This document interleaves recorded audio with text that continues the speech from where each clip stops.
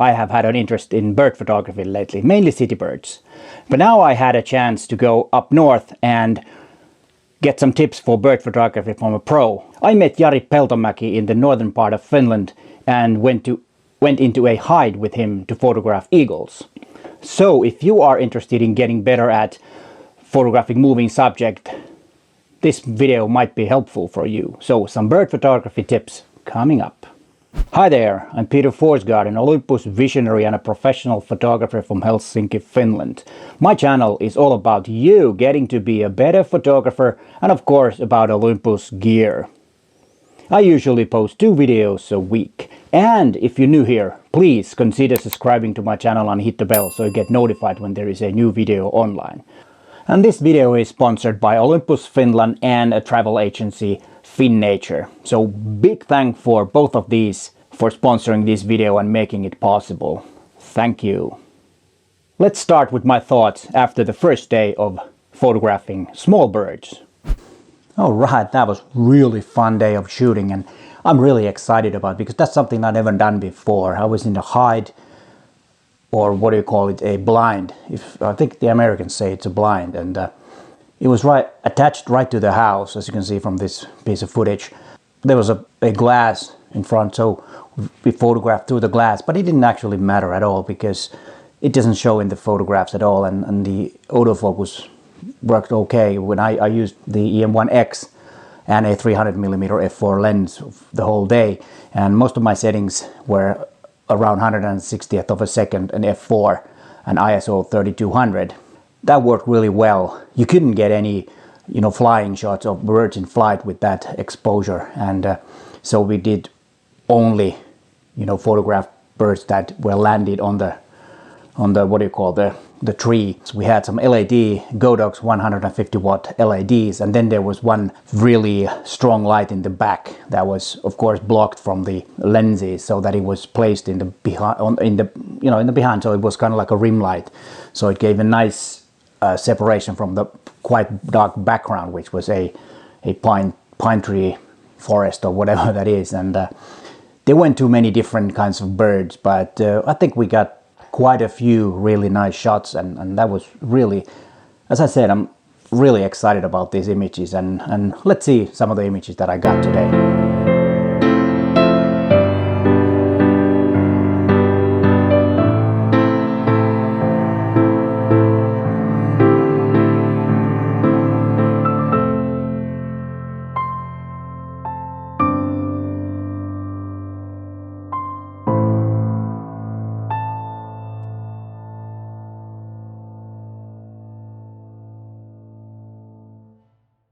I hope you enjoyed the images, and as you see, the variety of different kinds of birds wasn't that big actually. What I did after the shoot, I did actually 3,000 images, which is a huge amount for me. I usually take images about 20,000 a year, and now I got 3,000 in one day. So that's a huge amount, and what I did was, just in case, I made a backup in my NAR box, which is a really good way of backing up your images, and it has Wi-Fi, and I can look at those images on my phone with the app. Except the problem is that I didn't know that it does not support the Olympus RAW files, which is at least the firmware that I have it now. So it wasn't a fully workable solution if I wanted to check out those images through a Wi-Fi from the NARBox SSD drive on my phone, so it didn't work. But otherwise, it's a good thing to have, just to make a backup just in case. And as I said, I took 3,000 images, and I used only one battery. Not a big problem with the battery for the EM1X. So after the first day, I had a chat with Jari Peltomäki. Let's look at what he had to say about bird photography. Cheers. All right, cheers. So we had a good day in your blind. When you're photographing birds like that, what are your settings for the autofocus on that? Here, where we are shooting in this height, actually when it's so dark, like it was today, there's not really enough light for the flight shots. That's true. So I think we were quite lucky today since we had this very wet sleet or rain, which is showing in the picture. Yeah, that was good, yes. So I was mainly using just a single autofocus. Okay, yeah. Trying to get the birds sharp. Yeah. And I was shooting quite with a long exposure too, to make the streaks, the rain streaks, look very, very long. So if you want to be sure that it's tack sharp, so there won't be any motion blur. So what would be the ideal shutter speed? Actually, quite often I shoot even the small perching birds with a fairly slow shutter speed. I mean, I can often use like 125 of a second or even 60th of a second. And today I think some of my best pictures today were taken with the 15th of a second. Yeah, so you get the really nice really nice long streaks. And I was even hand holding the camera, the 300mm lens with the 15th of a second. Yes. Because of the great image stabilizer of Olympus, it's possible, and I think you can create some very interesting looking pictures like that. Yeah. But ideally, I would say minimum. The birds are moving all the time anyway. The little birds are moving their heads, but then they are for a very short while they are very still, and then it's possible to use very long exposures. But if I'm walking around and trying to get some pictures of just a bird sitting somewhere, I think like a thumb of rule, maybe 250 or 500 of a second. Yeah. But for sitting birds, for sitting birds, for flying birds, it's different. It's different. Yeah, we'll talk about that in a second. Yes. Yeah. And before we get into the flying birds, let's hear what Jari has to say about FinNature and what they do. We are today at Villa FinNature. This is like our base camp, and this is like a guest house where we accommodate our photographer groups, small groups of photographers.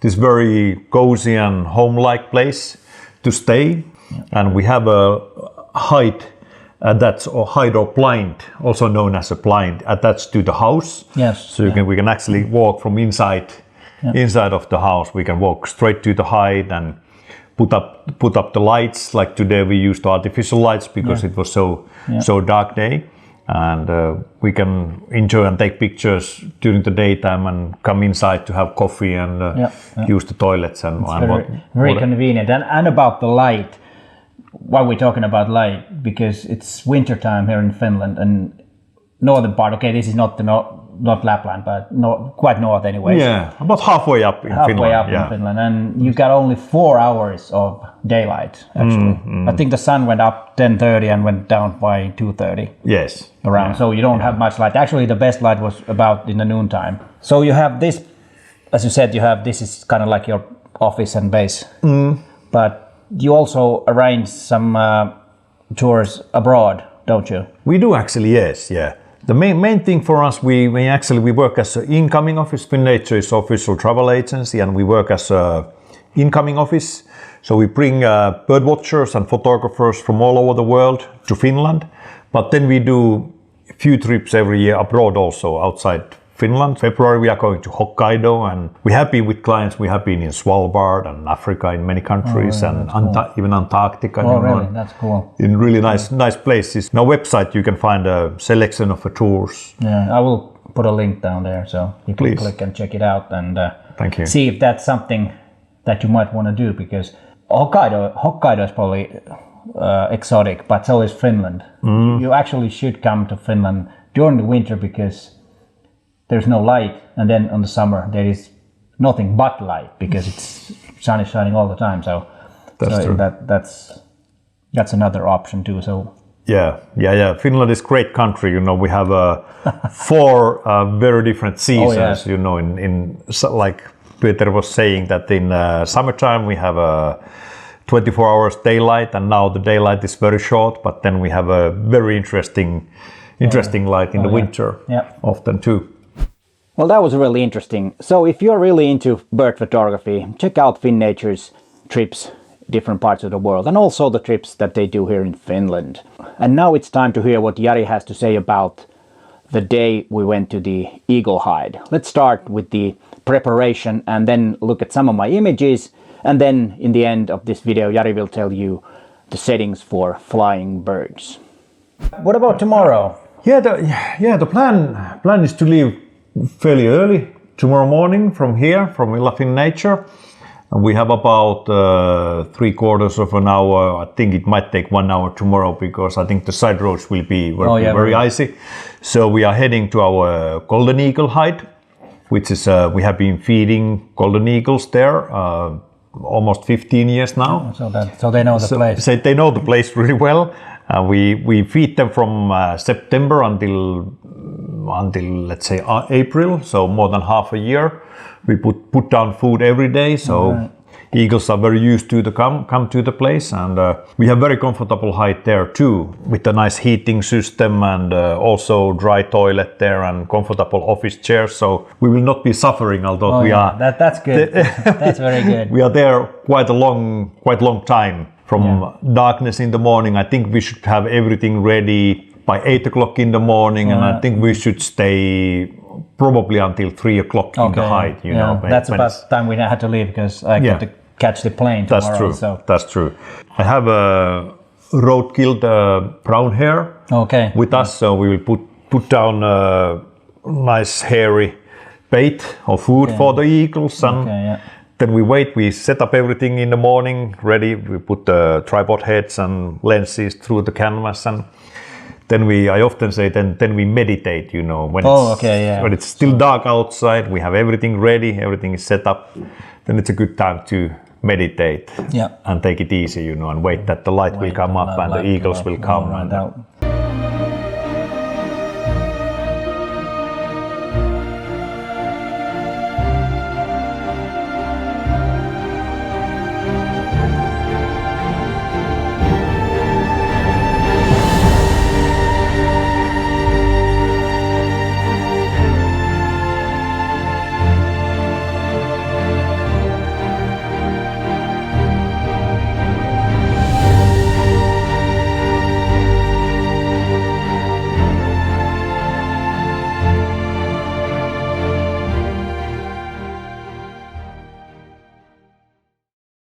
And what about the autofocus settings when you photographing flying birds? For the flying birds, I use always sequential low with the mechanical shutter or L silent, which is an electronic shutter. These are the main shooting modes. Then I use the continuous autofocus, CAF, always. And then I use 5 focusing points, like a cross in the middle. In the middle, especially with the bigger birds, it's quite easy to point the head of the eagle, for example, with the 5 points like this, you know. So CAF and 5 focusing points, and then the main reason for the unsharp flight pictures, flying shots of the birds, is that the shutter speed is not fast enough to stop the movement. That's true. Because of the sensor size, we don't have to close the aperture so much, so you can actually shoot very often wide open. So you don't have to. You still have enough depth of field. That's a very good thing about the small sensor. Yes, indeed. It is actually a very good point. And then, let's say with the big birds like eagles, cranes, swans, fairly big birds, shutter speed 1600 is you know, you will stop most of the movement. There might be a little bit movement on the wingtips. But that's a good thing. That's a good thing. That looks nice in the pictures. It does, but that's definitely fast enough, and that's my favorite shutter speed for the big birds in flight. You know, but then the smaller the bird is, the faster shutter speed you need. Because they are like going like this all the time. So with the small birds, like the great tits in flight, for example, other little passerine species, you need really fast shutter speed, and I often try to use shutter speed 3200. That fast. Fast. So, but then you need quite a lot of light. To be able to reach that, and sometimes also quite high ISO. You know, so I do use ISO 3200 quite happily, and this winter I have been using ISO 6400, and I have been quite happy with the results actually. And you know, of course you need to little bit remove the noise. Yeah, noise reduction. You know, noise do you reduction. like to do it in camera or you do it in post? I do it afterwards actually. Yeah, Yes. exactly Yeah. So I remove most of the noise with the Lightroom, but then I use also the Topaz. Yeah. It's I really like. I think I don't remember them. I'll put the name of the. Yeah. There. I've tried it also, and it works quite well. That's really nice software. It is. Yes. It is very good. Your favorite camera for bird photography is the EM1X. Yes. Why? Yes. It's a. You like it? I like it. I like it. That's a good reason enough. Yeah. It sits in my hand really nicely. Yeah. You know, and it's. I mean, it's very similar than the Mark II. I mean, the AM1 Mark II. But this is somehow this feels more professional. You know, it sits in my hand really nicely. Even the Mark II is very good, especially after this new firmware which came. It's about the same. It's very similar in most features, what there is, but somehow this does feel a little bit more professional body, you know. I have. Fair enough. I have learned to trust this camera, and you know, and I have got some really nice pictures. Yeah. And quite funny, you know, I often also use this Pro Capture. Yeah. For the flight shots of the birds, especially when I try to get the little birds in flight. Yeah, you know, because they are so difficult. But then you have to pre-focus in some place. Yes. Because it doesn't focus during Pro Capture. That's true. You need to be a little bit lucky that the bird is flying to the right direction. Of course, know, if it flies away or if it comes straight to you, you know, then you don't get. That's true. Many sharp pictures. But when it's flying sideways, and then you can get the really nice sequence of a little bird starting to fly. So. Yes.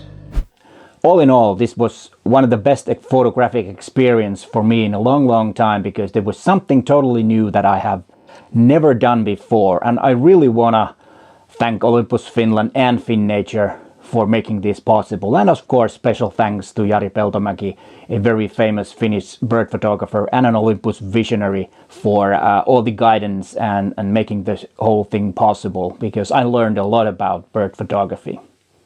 And next, you might want to watch these videos. Those videos are all about you getting to be a better photographer.